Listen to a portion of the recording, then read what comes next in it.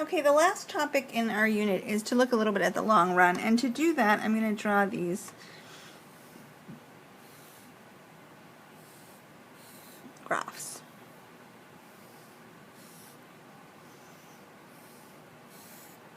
So here we have a firm in perfect competition, and I'm just going to draw the average cost curve because I think that's probably all we need.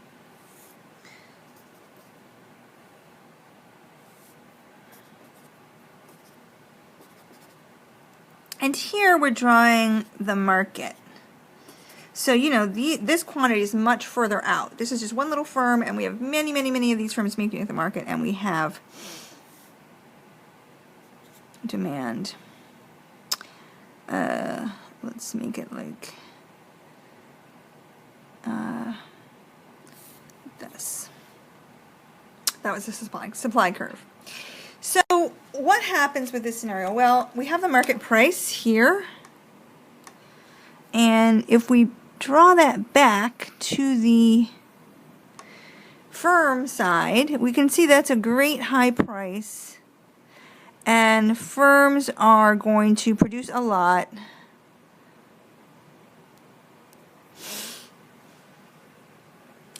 And they're making economic profit. Right? You can see there's a big gap between price and average cost, so there's a lot of economic profit. So what is going to happen in the short run? This is a short run scenario that we're done.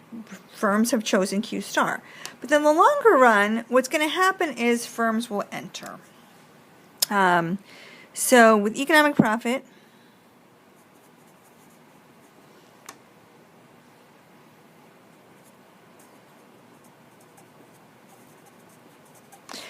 firms are going to want to come into this industry, and when they do, what happens on over here, the supply curve shifts out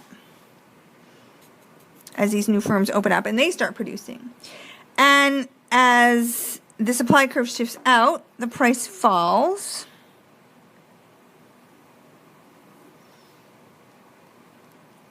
So each firm is going to now produce a little bit less, but there's still economic profit. And so this kind of keeps happening until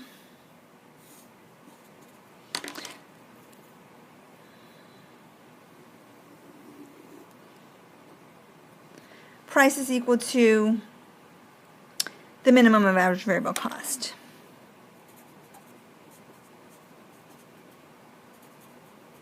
Minimum average cost, sorry. Because at that point, there's no more profit.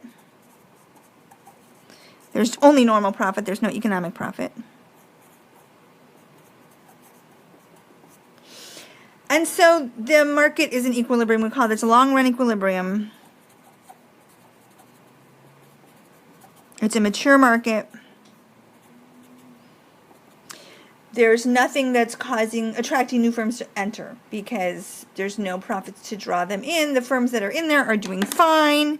They're making normal profit, but there's nothing to cause new firms to come in. Now, an alternative scenario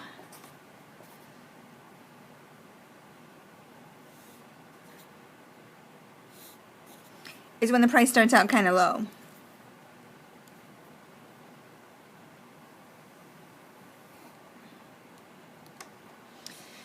So in this case, there's losses, right? The firm is producing here. I don't want to clutter up this diagram with the average variable cost curve, but we'll assume that it's below. So this is makes sense for the firm to do. Its losses are smaller than if it's shut down, but there's still losses. The total revenue is this square kind of shape. Total cost is up here. So there's a loss. And the losses are going to inspire firms to exit.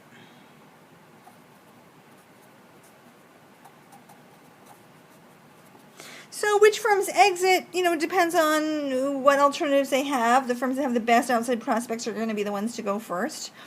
As firms start to exit, the supply curve shifts left. And I don't know if I drew this. so that it right away got to, yeah, the